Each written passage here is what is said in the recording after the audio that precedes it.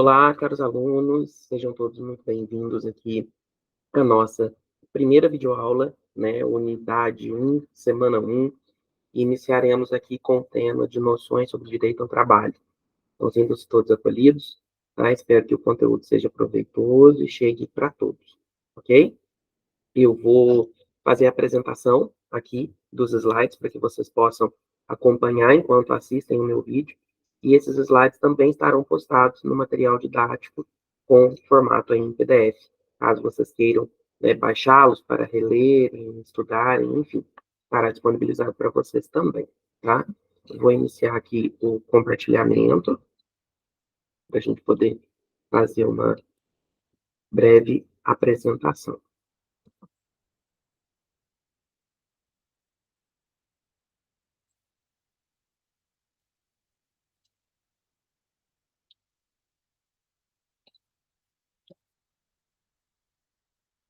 Então vamos lá, pessoal. Então, iniciando aqui, né, a nossa unidade 1, semana 1, noções de direito trabalhistas.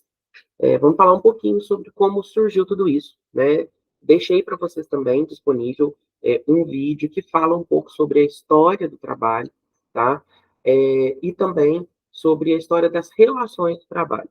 Então, se por acaso vocês ainda não assistiram, estava lá no roteiro de cronograma de estudo da semana, mas recomendo que assistam esse vídeo primeiro, antes da minha videoaula. Mas, tá, para quem já assistiu, pode seguir aqui com a gente, que está tudo certo, tá? Então vamos lá. Primeiras reflexões que eu gostaria de deixar aqui para vocês, para a gente entender um pouquinho, né, dessa dinâmica dos direitos trabalhistas, do que são, a quem se aplica, quando surgiram, enfim. Né, vamos lançar algumas perguntas para todos começarem a pensar e ao término da aula a gente vai conseguir responder a esses questionamentos. Então, primeiramente, né, pensando, quando surgiram as normas e as leis sobre o direito do trabalho? Então, esse questionamento é sempre muito bem-vindo para que a gente consiga retomar um contexto histórico, né, e entender que nem sempre as relações trabalhistas foram regidas da forma como são regidas hoje. E também, né, a gente vai chegar à conclusão de que elas estão em constante modificação. Então, as leis trabalhistas não são estáticas, elas modificam ao longo do tempo, porque a sociedade, né, evolui, a sociedade modifica e, consequentemente, claro, as relações de trabalho também, tá? Outra reflexão é sobre onde estão as principais normas que regem essa relação de trabalho. Então, onde que eu consigo consultar, quais são as informações, quais são as regras, né? A gente vai falar um pouquinho sobre isso também. A gente vai falar sobre a existência da diferença entre a relação de trabalho e a relação de emprego. É uma dúvida muito frequente, né? Eu, como professor da área, sempre escuto alguns questionamentos com relação a isso, então a gente procura, né, deixar isso bem claro. E por que que existe na área do direito, né? Por que que existe uma área do direito para tratar somente das relações de trabalho? A gente vai comentar brevemente sobre isso, tá? Então, primeiramente, né, num contexto mais universal, ou seja, no mundo, o surgimento do direito do trabalho esbarra muito lá na Revolução Industrial. Então, foi na Revolução Industrial onde as primeiras empresas começaram a surgir, onde o trabalhador começou a ter essa primeira ideia de que ele precisava sair de sua casa e ir para algum lugar, cumprir uma carga horária de trabalho. Até então, né, as empresas eram todas muito familiares, né, o trabalho era muito em torno dos artesãos, um trabalho manual, e não tinha-se essa ideia de que havia um espaço físico onde eu me desloco, e lá, nesse local, eu cumpro uma carga horária e executo uma atividade laboral. Então, foi lá na Revolução Industrial que isso aconteceu, na Inglaterra. E depois de alguns anos já de Revolução Industrial acontecendo, os empresários, em especial, o poder público, os governantes da época, a sociedade civil, né, todos começaram a perceber que havia ali, né, uma certa exploração no trabalho. E a mão de obra começou a padecer de uma série de situações, né, de adoecimento, e aí foi carecendo mão de obra no mercado de trabalho na época. E aí a primeira referência que a gente poderia indicar como sendo o primeiro código, a primeira lei, o primeiro enunciado que tem uma proximidade com o direito do trabalho é a denominada Lei das Minas, que surgiu na Inglaterra, né, proporcionando algumas garantias básicas aos trabalhadores, como, por exemplo, jornada de trabalho, que até então não existia uma definição muito clara para isso. Tá? A partir da Revolução Industrial, em especial no século XIX, discussões, né, mundo afora estavam acontecendo sobre direitos trabalhistas, em especial na Europa, tá, que era o mercado mais desenvolvido na época, e essas discussões haviam diferenças, tanto do momento histórico quanto da forma como se deram essas discussões, de um país para o outro. Né? E como os países exercem sua soberania em formular suas leis, no direito do trabalho não é diferente. Na tentativa de criar algum padrão e uniformização dessas informações, em 1919 foi criada a OIT a nível internacional. Para quem não conhece, a OIT é a Organização Internacional do Trabalho, que emite uma série de orientações, né, e que convida diversas nações a serem signatárias de algumas melhorias, de algumas modificações na forma como as relações de trabalho são regidas. Tá? E em se tratando de Brasil, que é o que mais nos interessa, né, as primeiras legislações, né, ou o primeiro pensar no direito do trabalho, surgiu após a abolição da escravatura, que começou-se a disseminar de uma forma mais significativa o trabalho de forma remunerada, né, que coincide ali com o momento após a Revolução Industrial, onde as pessoas também passam a ter uma percepção diferente do trabalho, tá? Mas é após a abolição da escravatura que no Brasil, lá em 1888, começa a se pensar em direitos trabalhistas de uma forma ainda bem precária, bem segregada, bem solta, mas talvez seja um marco inicial. No início do século XX, né, os governantes da época começaram a fazer as primeiras concessões de alguns direitos, de algumas garantias. Então, surgiu-se aí a primeira garantia de salário mínimo, começou-se a pensar em períodos de descansos, então surgiu o direito a férias, na época, então, ainda 15 dias. Começou-se a pensar nas primeiras formas de limitação da jornada de trabalho, né? Enfim, né, foram as os primeiros direitos, né, as primeiras garantias surgidas no Brasil. E somente lá em 1943 que a gente teve para o Brasil a promulgação da CLT. A CLT foi uma consolidação de leis trabalhistas, como o próprio termo como o próprio termo diz, né, existiam várias leis que tratavam de assuntos diversos, mas todas eram sobre o direito do trabalho. Então, o Poder Legislativo da época decidiu consolidar tudo isso em em um único código, em um único livro, por assim dizer, né, e batizou-se ele como CLT. E desde então, né, é a CLT que consta todas as garantias do trabalhador. Todo o direito do trabalho está inserido ali nessa CLT. Claro que de 1943 para cá, a CLT já sofreu muitas modificações para atender a demanda do mercado de trabalho, para atender reivindicações, enfim, já sofreu muitas alterações. Já não é mais a mesma, mas ainda é ela, tá? Dentro do parâmetro do qual ela foi criada lá em 1943. Então, esses são os marcos principais sobre o surgimento do direito do trabalho, tanto para o Brasil quanto para o mundo. E aí, evoluindo um pouquinho para a gente chegar, né, nesses direitos posteriormente, a gente precisa reconhecer de uma forma muito clara a diferença entre relação de trabalho e relação de emprego. Tá? Esse é um ponto que surge muitas dúvidas e que parece ser a mesma coisa, mas não é. Tá? Então, de cara, já digo a vocês, existe sim uma diferença. Né? E podemos dizer que uma está contida na outra. Na verdade, toda relação de emprego é uma relação de trabalho. A relação de trabalho ela pode ser vista de uma forma bem ampla, mas nem toda relação de trabalho é uma relação de emprego. Então, por isso, a importância do reconhecimento dessas diferenças. Vamos lá. Falando da relação de emprego propriamente dita, o artigo 3º da CLT, ele traz o texto sobre o que é empregado. Depois a gente vai retomar esse mesmo artigo, mas é com base nele que a gente tira os elementos necessários para dizer, olha, não, esta pessoa possui uma relação de emprego, ou não, essa pessoa não possui uma relação de emprego, e é sim, possivelmente, de trabalho, tá?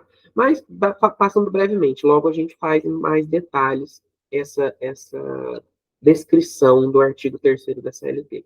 Diz o seguinte: considera-se empregado toda pessoa física que prestar serviços de natureza não eventual a empregador, sob a dependência deste e mediante salário.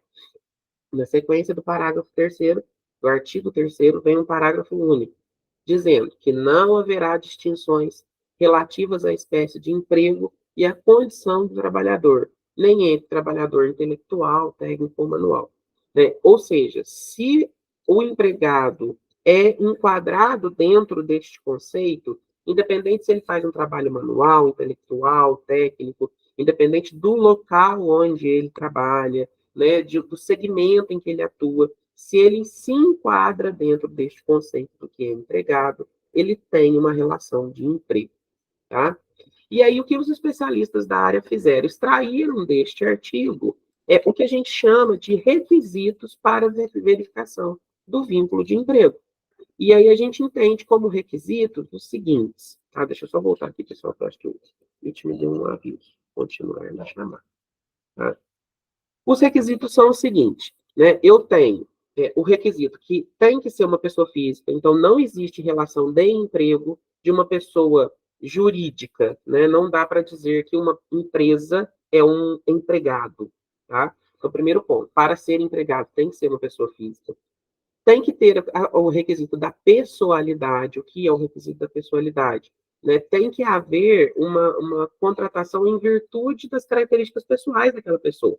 Então, por exemplo, para quem já passou aqui por uma experiência profissional e participou de um processo seletivo, foi entrevistado e foi escolhido para aquela vaga, possivelmente a empresa, o recrutador, te escolheu em virtude das suas características pessoais. Então, se escolheu o João, é porque o João tem, né, certas características pessoais, profissionais, comportamentais que atendem aos requisitos. Tá? Isso é a pessoalidade. Outro requisito importante é a não eventualidade, ou seja, o trabalhador, para ele ser considerado empregado, ele precisa ter uma expectativa de retorno. Então, aquela pessoa que trabalha todo dia, não necessariamente no mesmo horário, ou mesmo que não seja diariamente, que seja semanalmente, que seja dia sim, dia não, que seja de 2 em 2 dias, não importa. Se há uma expectativa de retorno, né, ele não é considerado eventual. O eventual seria aquele trabalhador que vai a um local, executa um trabalho, encerrado o seu trabalho, ele vai embora e não tem essa expectativa de que ele volte. Agora, um empregado tem sempre a expectativa de retorno. Então, ele tem que ser uma pessoa física, tem que ter o critério da pessoalidade e da não eventualidade. A onerosidade diz respeito ao fato da pessoa ser remunerada, tá? Para quem não conhece, pessoal, onerosidade vem de ônus, né, que seria valores financeiros. Então, se eu recebo por um trabalho que eu executo, eu tenho esse requisito da onerosidade. Então, talvez isso faça de mim, né, um empregado, tá? E outro requisito, não menos importante, é a subordinação. Então, todo empregado que é contratado, né, por uma empresa ou por uma pessoa física, ele está ali subordinado a essa chefia, a esse empregador. É esse empregador que vai dizer para ele o que se faz, como se faz, que horas que ele entra, que horas que ele sai, que horas que ele tem um intervalo, de que forma ele precisa trabalhar, quais são as regras da empresa. E o empregado está subordinado a seguir essas regras, né, ou a executar o trabalho conforme lhe foi orientado. Então, ou seja, para eu verificar se a pessoa possui uma relação de emprego, eu tenho que repassar esses 5 requisitos. Se os 5 requisitos estão ok, né, a pessoa possui os 5 requisitos, então eu posso dizer que essa pessoa é um empregado, tá certo? Diferente, pessoal, da relação de trabalho, tá?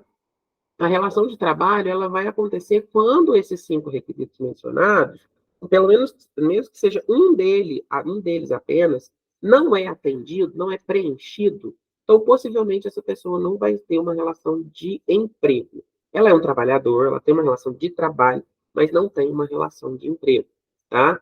Então, por exemplo, né, eu deixei aqui, ó, exclusividade, que é o local da prestação de serviço, dentre outros, né? Eu não preciso necessariamente ser exclusivo, né? Eu preciso ser não eventual. Então, imagina uma pessoa que presta também um serviço gratuito, um voluntário de uma instituição.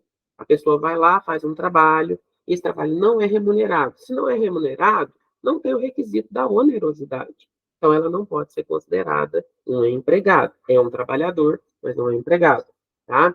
Outro exemplo, né? Se a pessoa, por exemplo, executa um trabalho, um determinado trabalho, mas é ela que diz como esse trabalho é feito. Ela não tem hora para entrar, ela não tem hora para sair, é ela que sabe como esse trabalho é feito. Ela não obedece a regra nenhuma, é ela que cria suas próprias regras, né? Não há ali nenhum grau de subordinação.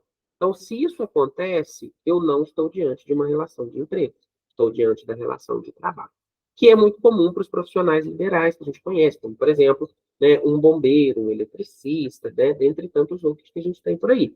Então, por exemplo, se uma empresa contrata um eletricista para ir até lá resolver um problema, né, esse eletricista, gente, é ele que detém o conhecimento. Muito possivelmente a empresa nem vai saber dizer para ele como deve ser feito o trabalho. Ele detém o conhecimento, ele vai fazer da forma como ele acredita, no tempo que ele achar necessário. Então, não tem ali um grau de subordinação, não vai ter alguém dizendo para ele, faça desta ou faça de outra forma, chegue nesse horário, fique tanto tempo, né? Ele possivelmente é um autônomo, ele dirige a sua prestação de serviço e por isso não tem o requisito da subordinação. Eu tentei dar alguns exemplos aqui apenas para ilustrar, tá? Exemplos, né, de trabalhadores sem vínculo. O trabalhador autônomo, que eu acabei de citar, por exemplo, eletricistas, bombeiros e tantos outros que a gente tem por aí. O trabalhador eventual, né, que é aquele que vai, presta o serviço e não tem expectativa de retorno, então ele não cumpre o requisito da não eventualidade. Né? O trabalhador avulso, que aí é uma categoria muito específica que a própria CLT reserva, que são aí os famosos chapas que a gente conhece, que ajuda, né, no processo aí de carga e descarga ou movimentação de mercadorias, o mesmo acontece com os estivadores nos portos. Né? O estagiário, que tem uma categoria específica, criado por uma lei específica, e não considera-se que ele tenha um vínculo de emprego. Então, aqui tem alguns exemplos de trabalhadores, né, que não possuem um vínculo de emprego, ou seja, são trabalhadores, mas não são considerados empregados, porque lhes faltam um ou mais elementos daqueles 5 requisitos que a gente acabou, né, de trabalhar. Então, concluindo um pouquinho, né, dessa percepção, da noção do direito trabalhista, do conceito do que é empregado, do que é trabalhador, né, é importante que a gente pense o seguinte, né, o objeto de estudo do direito do trabalho, né, são os empregados. Afinal de contas, quando a gente pensa no trabalhador somente, que não tem vínculo de emprego, ele não vai estar submetido às leis trabalhistas. E conforme trabalhamos no início da nossa aula, estão ali contidas na nossa famosa CLT. Então, todos os dizeres ali da CLT, todas as leis, todas as regras se aplicam para aqueles que possuem vínculo de emprego, que a gente utiliza o termo seletista, né, que possivelmente alguns já escutaram. Então, a pessoa é seletista, ou seja, ela está sob o olhar e sobre as normas e regras da CLT, ou seja, ela é um empregado. Tá? Se for somente um trabalhador que não possui os 5 requisitos, ou pelo menos, né, não tenha o 5 completo, será somente um trabalhador, essa pessoa não vai estar submetida às regras da CLT. Né? Possivelmente vocês conhecem pessoas que trabalham como autônomos, né? Dê exemplo aí, um bombeiro hidráulico. Talvez vocês já conheçam uma pessoa, um bombeiro hidráulico, que já tenha dito, não, eu não tenho férias, né? Eu trabalho por conta própria, porque ele não é um empregado. A CLT diz que o empregado precisa ter férias, mas se ele não é um empregado, ele não está submetido às regras da CLT. Tá?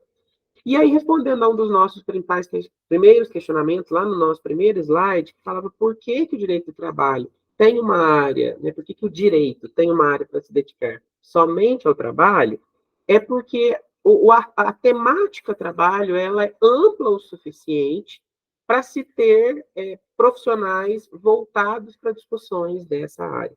Então, isso é uma particularidade do Brasil, né, a título de curiosidade, mas existe no Brasil a justiça do trabalho, e por isso existe o direito do trabalho. E é muito comum a gente encontrar por aí, por exemplo, advogados trabalhistas. Né? São pessoas que conhecem, detêm conhecimento da área do direito, das leis em operação, mas que são especialistas em assuntos trabalhistas. Tá? E como direito, para toda regra, existem muitas exceções, no direito do trabalho não é diferente. Então, é importante, né, se ter um olhar voltado para esta área, tá? E aí, né, deixei esse último tópico importante. Antes de dizer que um trabalhador possui direitos resguardados para a CLT, a gente precisa saber, né, se ele é efetivamente um empregado. Então, por exemplo, se alguém chegar para mim e falar, Marcelo, eu tenho direito a férias, Marcelo, eu tenho direito a 13º, Marcelo, eu tenho direito a fundo de garantia, eu trabalho, tá? Ó, que bom, né? Você trabalha, mas antes de responder se tem direito ou não, lembrando que todos esses exemplos que eu dei são direitos previstos na CLT, eu preciso saber, você é um empregado ou você é somente um trabalhador? Então, a gente precisa consultar aqueles 5 requisitos, verificar se a pessoa passa naqueles 5 requisitos e assim dizer, não, é um empregado. E uma vez sendo, sim, você tem direito a férias, você tem direito a FGTS, você tem direito a 13º e outros direitos previstos, né, nesse instrumento legal. Tá?